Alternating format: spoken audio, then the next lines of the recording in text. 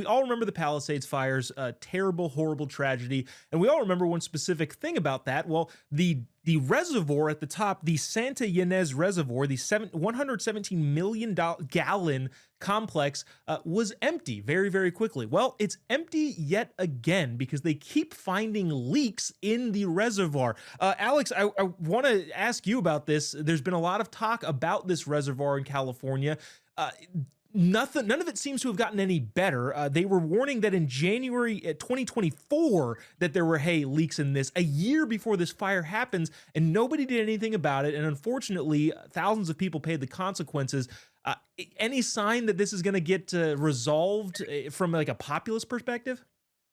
I know everybody in the comments would be like, you're an idiot, but California is the only state that can run out of water when they're next to the ocean. And I get it, that was salt water and they can't use it, this and that. But seriously, California used to be the greatest state, and it really still should be the greatest state, but it's mismanagement like this where they don't even have water to put out the fire. So that's why I'm empathetic, and that's why the state really is lucky not to kiss your derriere that they have people like Chef Andrew Gruel that actually, put in the work that help these citizens, because it just seems like they're just so incompetent. The people that are running California, do they want it to fail? I don't know why they would. I just think that they're not good at their job and they care more about social justice issues than actually support and safety of their citizens.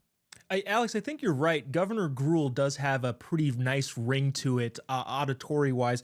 Andrew, the California has not built any meaningful water storage in over 50 years. At some point, does anybody start to realize, hey, we keep talking about this water storage and you can only water your lawns once a day or once a week, and you have to keep your showers to a 30-second minimum. But at the same time, if nobody's actually doing anything to increase the water storage, is that gonna get through to folks of like, hey, maybe they're not actually taking this stuff seriously? That's the thing that I wonder about is that these middle of the road Californians who are just walking through World War III in California, and I mean that figuratively, and they don't recognize, because at the end of the day, it's just money. All of this comes down to money. We don't have the money. Why don't we have the money? Because the money's been spent on fake projects, Ponzi schemes that have enriched a select few at the top and through the bureaucracy as the Democrats have galvanized their power. 15 years of Democrat rule now, and the state has completely fallen apart. This reservoir is a metaphor for the brains of those in charge of California. It's always empty.